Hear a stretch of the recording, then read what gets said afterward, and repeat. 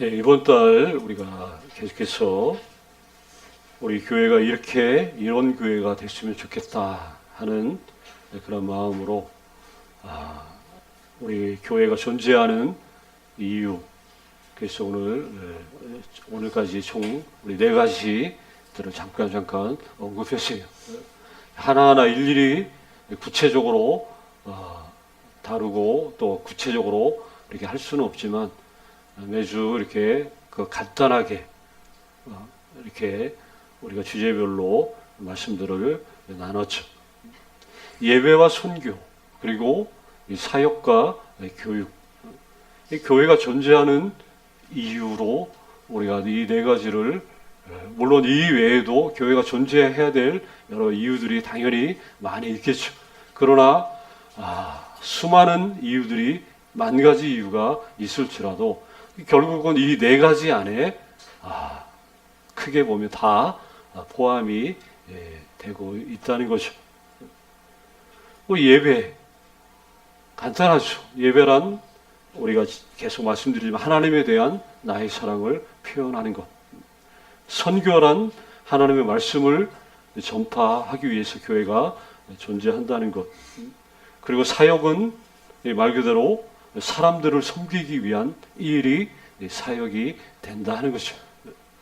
그것이 하나님을 향한 섬김이든, 그것이 우리 서로를 위한 섬김이든, 아니면 우리가 믿지 않는 사람들을 향한 이 섬김이든, 이 3가지 방향, 하나님, 또 우리 같은 교우들, 성도들, 또 믿지 않는 이 사람들, 총체적으로 그 사역들을 감당해 내는 게 얼마나 중요한지, 정말 냉수 한 그릇 대접한 것이 바로 우리 주님께 한 것이라고 말씀해 주시는 그분이 계시기 때문에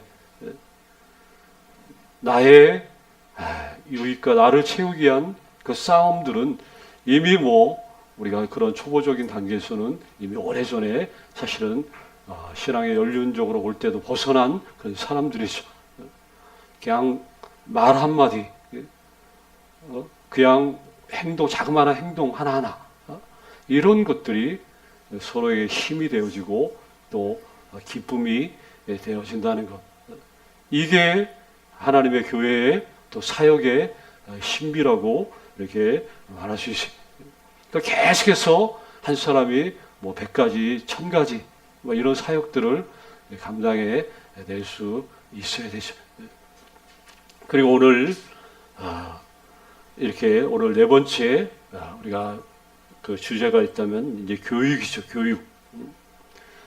교육이란 다른 게 아니라 우리 교회가 하나님의 백성들을 세우고 또 교육하기 위해서 교회는 존재를 하는데, 쉽게 말하면 왜 교육을 시키냐? 성숙한 영적으로 성숙해지도록 이렇게 하기 위해서 우리가 교회에서는 교육이 필요하다는 거예요.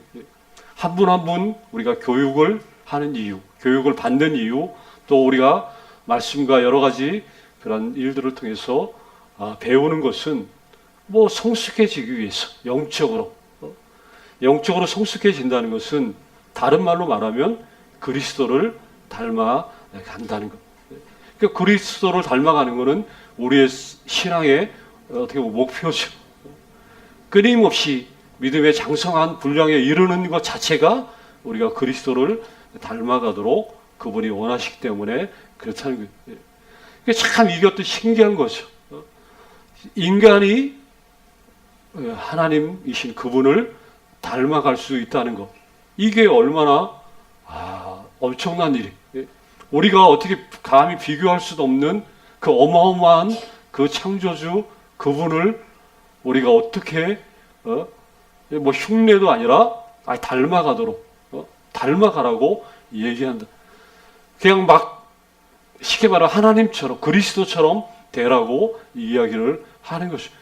그러면 이 교육에 대한 이 부르심, 요구는 이거는 그냥 쉬운 부르심은 아니죠. 그리스도의 장성한 분량, 또 그리스도를 닮아가는 것, 이게 그저 쉽지는 않다는 것을 우리가 너무나 잘 알고 있죠.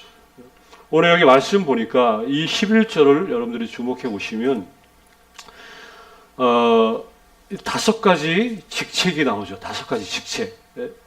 그가 혹은 어떤 사람은 사도, 또 어떤 사람은 선지자, 어떤 사람은 복음 전파하는 자, 복음을 전하는 자, 어떤 사람은 목사, 어떤 사람은 교사.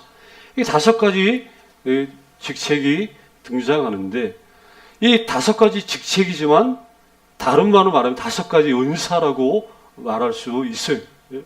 이 5가지 직책, 5가지 여기 은사를 보면 여기 공통점이 있어요. 하나가 뭐냐? 다 뭐예요? 공통적으로 가르치는 사역과 다 관계가 있잖아요. 사도도 그렇고 선지자도 그렇고 복음 전하는 그 사람, 목사, 교사 다 하나같이 공통점이 뭔가를 가르치는 그런 일과 관계가 있다 하는 거예요.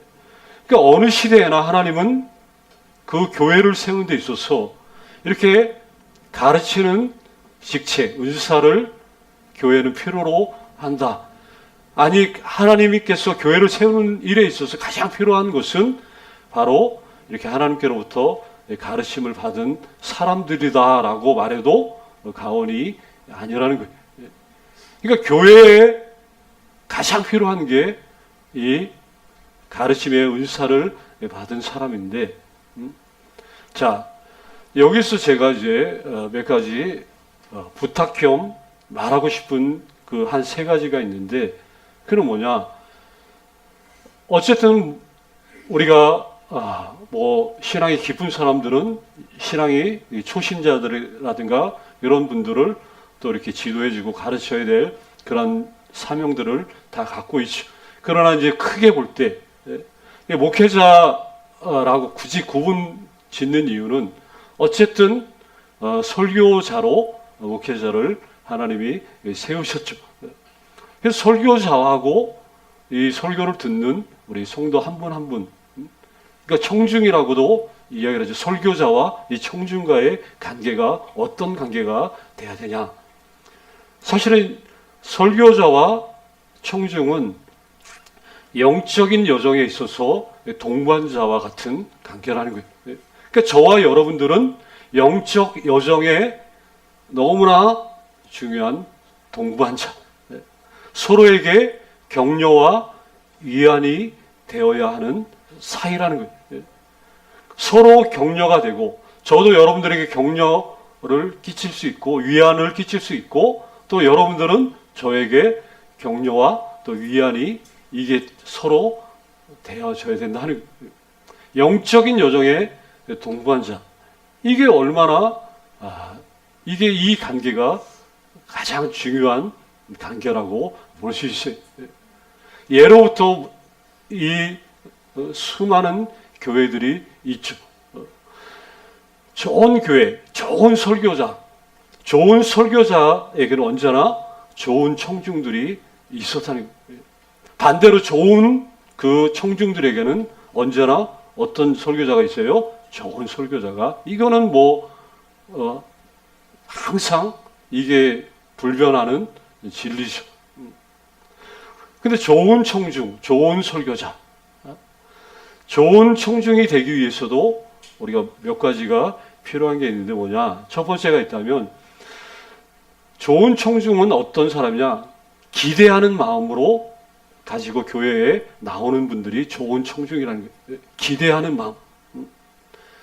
아무런 기대나 생각 없이 어떤 의무감으로 신앙생활, 교회 생활을 해서는 안 된다는 것이죠. 내가 여기 의무감으로 예배에 참석하고 이런 식으로 이렇게 되어지면 좀 부족하지, 모자라죠. 그러니까 의무가 아니라 기대. 이거는 항상 우리가 입력을 해야 돼. 의무가 아니라 기대다. 주일날 예배에 드리러 올 때는 하나님의 말씀에 은혜를 받겠다고 하는 생각이 사실은 많이 앞서야 돼. 좋은 설교를 기대하는 이런 분들이 많아지면 많아질수록 설교자 역시 이 설교하는 일을 가볍게 여기지 못하는 거죠. 당연히. 성도분들의 강렬한 기대감이 크면 클수록 그게 목회자에게 긴장을 주고 또 압박을 주고 또 자극을 가져오는 거예요. 말씀을 기대하는데 어떻게 설교자가 이렇게 그렇죠? 거기에 따른 압박을 받아야 실험하게 되고 더 할 수 있죠. 제가 요번에 그 한국교회 섬김의 날 거기 사랑의 교회에서 했던 데서 뭐 처음부터 끝까지 정말 너무너무 좋은 시간들이었는데 그 중에 하나 저에게 큰 도전이 됐던 것 중에 하나가 있다면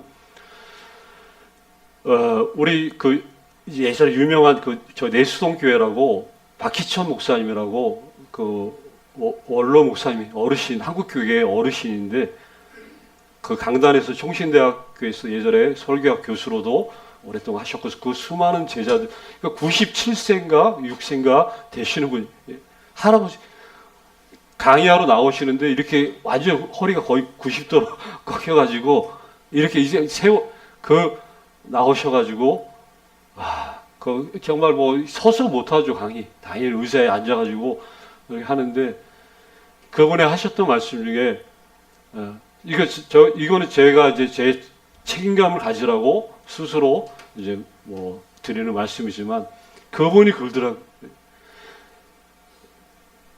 막판에 가가지고 피를 거의 토하듯이 그 90 중반대 되신 그 어르신이 말씀하시는 게 뭐냐. 자기가 만약에 한 사람밖에 없는 교회에 목회자로 간다고 생각할 때 그러면 교회는 한 사람을 놔두고 너는 저 한 사람을 위해서 어떻게 말씀을 가르치고 먹이고 설교할 것인가. 그 엘리야 그 얘기를 언급해 주시는 거예요. 엘리야가 그 기근 때 그 선포한 후에 3년 동안 그 시내가에서 머물 때 날마다 하나님께서 뭘 제공한 거예요? 떡과 포도주를 물어다가 까마귀가 3년 동안 엘리야 먹인 그 생존. 그분이 그리고 하신 말씀이 뭐냐? 엘리야가 먹었던 그 떡과 포도주는 그 당시 기근 때문에 그 누구도 먹어보지 못했던 양식이라는 거예요.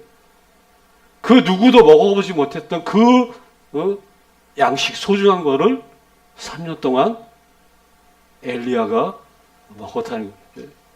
그 누구도 먹어보지 못했던 그 가장 귀한 거를 나는 그 한 사람을 위해서 그 먹이는 목회자 그 얘기를 어르신이 하는데 제가 그 감동을 많이 받았어요. 뭐 저뿐만 아니라 그 7천여 목회자들이 가슴이 뜨거워졌지. 저렇게 살아야 된다. 목회자들은 저렇게 살아야 된다. 도전도 받았죠. 제가 원하는 건 바로 이거. 여러분들이 기대하고 저는 정말 최고의 좋은 말씀을 정말 준비해서 이렇게 먹일 수 있었으면 너무 좋겠는데 그게 제 부족하죠. 부족한 걸 너무 잘하죠. 기라성 같은 그 영적 거인이 그분은 그렇게 하실 수 있을지도 몰라도 마음은 있지만 이게 마음 먹은 대로 또 되는 건 아니죠. 그러나 그러한 심정으로 그렇게 정말 해야지 당연히 그런 제가 개인적인 그런 도전을 한 분 한 분 생각하면 제가 열심을 안 낼 수가 없는 정말 제가 죽도록 정말 좋은 말씀 세계에서 가장 좋은 세계에서 가장 정말 올바른 메시지 전달력이 부족하고 어떤 막 감동 이런 것들은 혹시 부족할지라도 그래도 적어도 그 전한 메시지 내용만이라도 전 세계 최고의 제일 좋은 것들을 준비해서 이렇게 들려줘야겠다는 그런 마음이 너무 가득하고 너무 간절히. 그런데 아까 말했죠. 설교자와 우리 성도 해주 영적인 여정의 동반자네요. 동반자. 제가 살아야 같이 사는 거. 하나가 죽으면 다 같이 죽는 이런 정말 동반자는 바로 그런 관계잖아요. 모래서 하나님께서 이런 마음들을 계속 주셔요. 너무 이것들을 잘 정말 해서 교회가 더 밝아지고 빛나고 더 영광스러워지고 정말 우리 교회가 어떻게 하나님께서 우리 교회를 쓰실지 막 5년, 10년 후에는 어떻게 될지 저는 계속 꿈을 꾸고 더 그 꿈을 구체화하기 위한 그 하늘 비전을 또 함께 이렇게 붙잡기 위해서 몸부림치고 그리고 그렇게 또 계속해서 그 방향으로 나아가야 한다는 것이죠. 자, 기대하는 마음을 가지고 오셔야 된다 하는 것이죠. 두 번째는 설교자를 위해서 당연히 기도해 주셔야 돼요. 특히 토요일 저녁, 이 주일 아침에 오시기 전에 토요일 저녁이나 주일 아침에는 설교자를 위해서 기도하시는 그런 습관을 기르시면 너무 좋죠.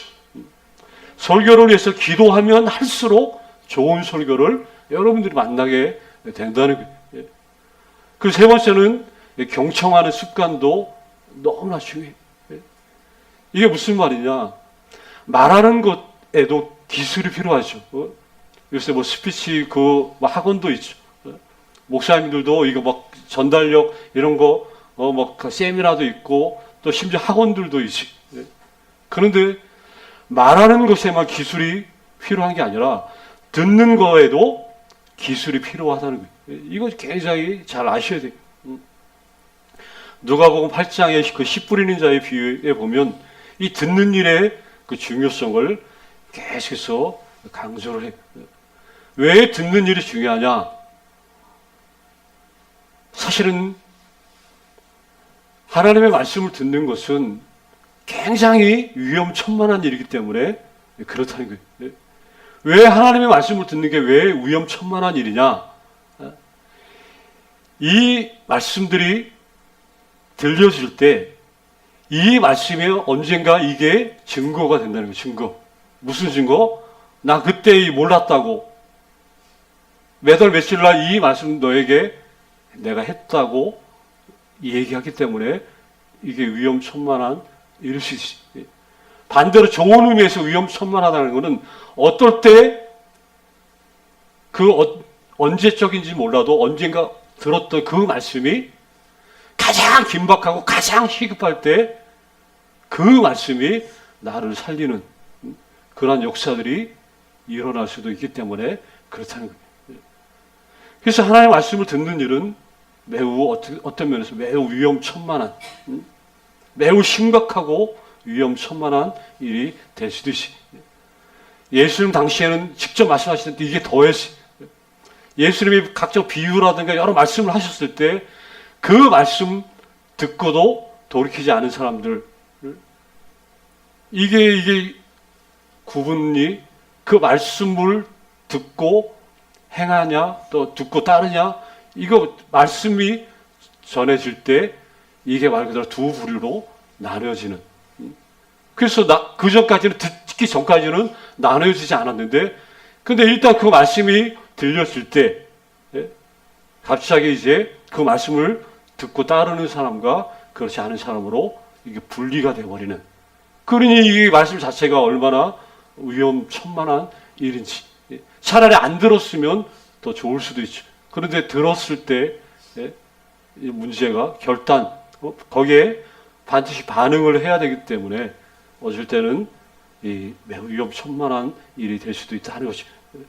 우리 모세 부르심을 받았을 때 네가 선 곳은 거룩한 곳이니 네 발에서 신을 벗어라. 이 말이 이걸 두고 하는 얘기예요. 듣는 것에 중요함. 대략 이런 세 가지 정도가 있어요. 자, 오늘 여기 12절에 보면 여기 11절에 나왔던 이 5가지 직책, 5가지 은사, 가르치는 이런 직책, 은사를 주신 이유가 여기 12절부터 나오죠. 이는 성도들을 온전케 하고 봉사의 일을 하게 하고 더 중요한 뭐예요? 그리스도의 몸을 세우려고 이렇게 필요하다는 거예요. 교회에서 그리스도께서 가르침의 은사를 주신 목적, 여기 하나님의 백성들이 사역을 감당하도록, 또 그분들이 말씀을 듣고 가르침을 듣고 무장해서 결국은 그리스도의 몸을 세우기 위해서 이렇게 하는 것이죠. 그러면 하나님의 최고의 목표는 뭐냐? 이게 성도인 여기 한 분 한 분들이 하나님의 당연히 최고의 목표가 될 수 있다는 것이죠. 하나님의 백성들 한 분 한 분을 그래서 세우기 위해서 누가 필요하냐? 이렇게 가르치는 사람들을 필요로 했다. 그러니까 목사를 세우고 키우는 그 작업은 그 목사 자신을 위해서가 아니라 여기 그리스도의 몸을 세우기 위한 한 분 한 분을 세우기 위한 목적 때문에 세워진 사람이죠. 그 이상도 이하도 아니라는 거예요. 그러면 목회자가 중요할까요? 성도 한 분 한 분이 중요할까요? 그렇게 그런 면에서 따지면 이게 한 분 한 분이 더 중요하죠. 더 쉽게 이해하면 여러분들은 하나님의 자녀이고 목사는 가정교사라고 보면 이해가 가나요? 우리 집안에 내 자녀에게 가정교사를 예를 들어서 붙였어요. 그럼 자녀가 중요해요? 가정교사가 중요한 거예요? 결국 자녀가 중요한 거예요. 자녀 때문에 가정교사가 세워진 거예요. 하나님이 당신의 자녀들을 배우게 하기 위해서 가정교사격인 목회자들을 가르치는 은사를 받은 이 직책들을 허락해 주셨다 하는 거예요. 그러니 결론적으로 교회는 끊임없이 이렇게 가르치는 일들이 이어져야 되고 이 가르침을 통해서 계속 훈련되고 신앙의 성숙을 이루어야 되고 또 섬기는 일을 하고 그리스도의 몸을 세우고 그래서 결국 이것이 그리스도의 장성한 믿음의 분량에 이르도록 하는 것. 이게 교육의 목적이죠. 믿음의 크기는 그래서 어떤 면에서 보면 사실 자기가 쌓아가는 거예요. 공부한 만큼 우리 학생들한테도 아이들한테도 네가 한 만큼 노력한 만큼 그렇게 얘기를 하죠. 우리가 1학년에 끊임없이 머물고 있으면 문제가 있는 것이죠. 1학년이 됐으면 그 다음에 2학년이 되어야 되는데 계속 그 수준에 머물러 있으면 이것도 안 되겠다 하는 것이죠. 계속해서 자동적으로 신앙 성숙은 이루어지는 게 아니라 이렇게 훈련을 통해서 이루어지고 배움을 통해서 이루어지고 그래서 아는 것이 너무나 중요하고 또 문제는 아는 것으로 끝나서도 안 되고 계속해서 그 삶으로 살아내야 되죠. 우리가 말씀을 공부하고 배우고 이런 것도 뭐 지식, 뭐 이스라엘은 그냥 단순한 어떤 지식을 위해서 배우고 공부하는 것이 아니라 결국은 삶이죠, 삶. 그리스도의 몸을 세우고 또 그리스도의 몸으로서 이렇게 사라지는 이 삶. 그래서 자꾸 이렇게 살아서는 안 되겠다. 뭐 이런 결단들도 때를 따라 있어야 되고 계속해서 또 배운 것만큼 하나님 앞에 거짓된 것이 없이 계속 이렇게 성장해 나가는 것. 이것이 얼마나 필요한지. 이게 다 같이 함께 만들어가는 거예요. 함께 세워 나가고 함께 이렇게 같이 대하는 거죠. 혼자서 독불장군처럼 혼자서는 절대로 이런 일들은 이루어질 수 없다는 거예요. 자, 오늘 말씀처럼 우리 교회는 정말 이런 교회 됐으면 좋겠어요. 하나님의 백성을 세우고 교육하기 위해서 존재하는데 더욱더 그리스도를 닮아가도록 더 사람들을 영적으로 성숙하도록 오늘 말씀처럼 돕는 일을 우리가 교육의 지표로 삼고 또 함께 이 일들을 아름답게 이루어 갈 수 있는 우리 모든 한 분 한 분 다 되시기를 간절히 주의 이름으로 축원합니다.